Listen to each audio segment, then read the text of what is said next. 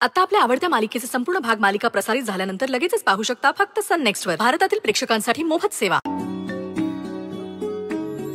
सईचाच phone असेल. बघ बघ बघ. हो मी आलो जरा. हॅलो सई. Oh please. मी सई नाही, भैरवी जहागीरदार बोलते.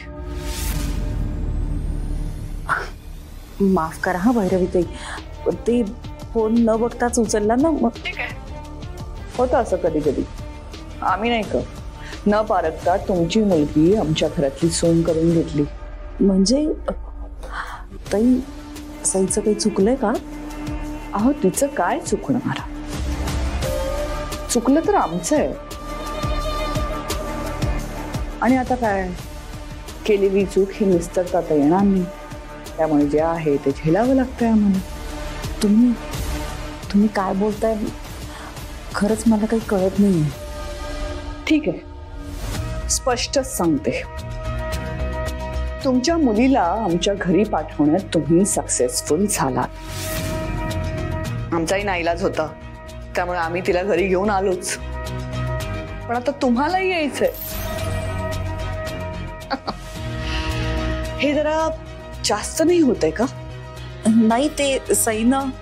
अहो तुमची मुलगी काहीही म्हणे, तुम्हाला कळायला नको का?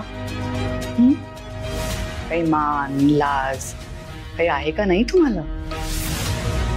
तर मुलीच्या आईने असं मुलीच्या सासरी जाऊन राहणं कितपत योग्य आहे मला सांगा. काही स्पेशली मुलीचं सासर श्रीमंत आणि अप्पर क्लास असताना. अहो तुमचं आणि आमचं काही ताळमेळच नाही.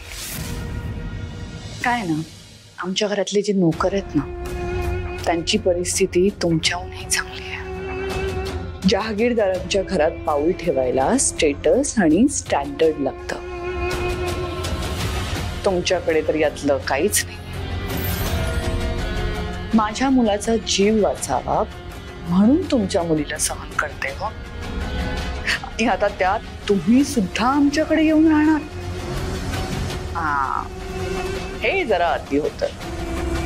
पण तरी तुम्ही माझं ऐकलं नाही आणि इथे राहायला आलातच, तर मी तुमच्या मुलीचं जगणं मुश्किल करून ठेवेन.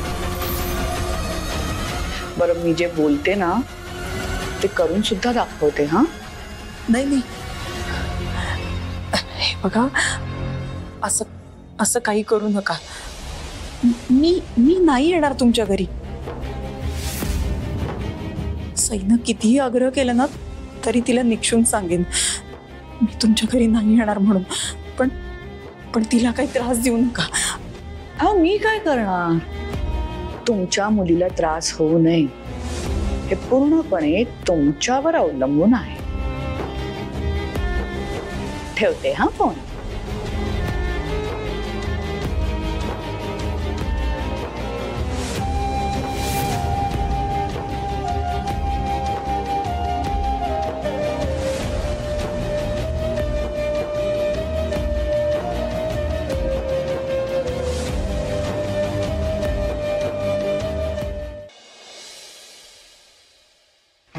आई आई आई मी निघते बर का? अगं सई एक मिनिट थांब. हे घेऊन जा.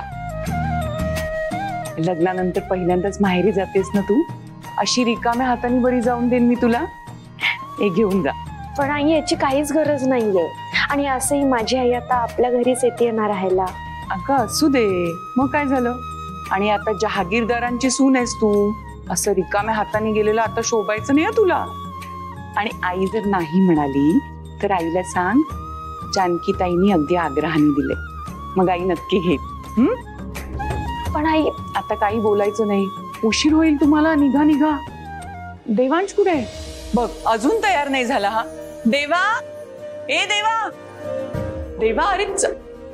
अरे ते पोहोचतोच आहे मी आता. एक अर्धा तासात ऑफिसला पोहोचतो. या ओके.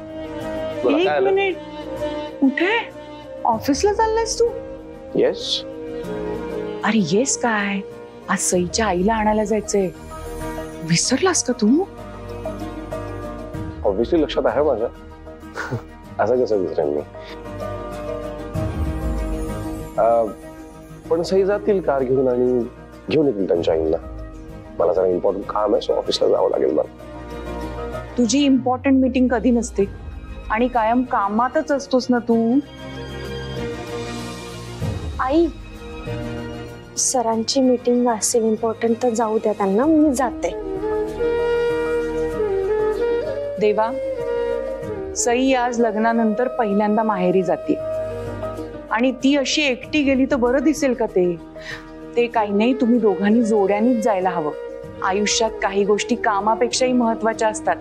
त्याच्यासाठी थोडा तरी वेळ राखून ठेवायचा असतो. आय नो जानू, यू आर राईट. पण नाही आणि बिन नाही. तुला सांगितलं ना, तू आता सईला घेऊन तिच्या माहेरी जातोस. पण आई, तुम्ही दोघंही काही बोलू नका. मी जे सांगते ते ऐका. देवांश, तू आता सईला घेऊन तिच्या माहेरी जातोस. ओके? ओके, चला.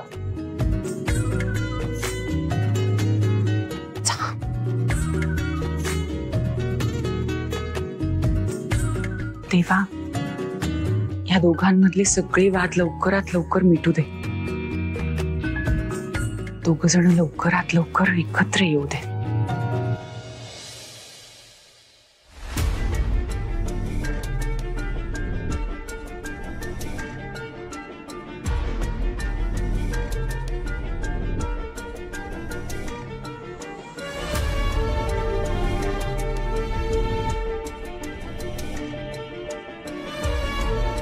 ताई ताई ताई, अगं सई यायची वेळ झाली, तू हे काय करत बसलीस? उठ उठ उठ, आवर तुझा, उठ. अरे एवढं हातातलं काम संपवते. हे बघ, काही गरज नाहीये. मी तुला सांगितलं ना, इथली सगळी चिंता सोड आणि तू मोकळ्या मनाने तुझ्या लेकीकडे जा. तर मी तिच्यासाठी काजू कतली घेऊन आलोय. तिला खूप आवडते ना. तिला आता देऊ नकोस बरं का, नाही तर इथंच सगळी फस्त करून टाकेल. ती घरी गेली ना की मग तिला दे. हा,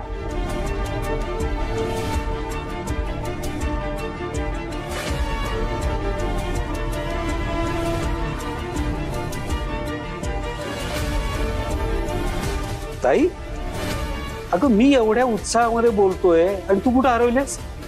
नाही, काही नाही.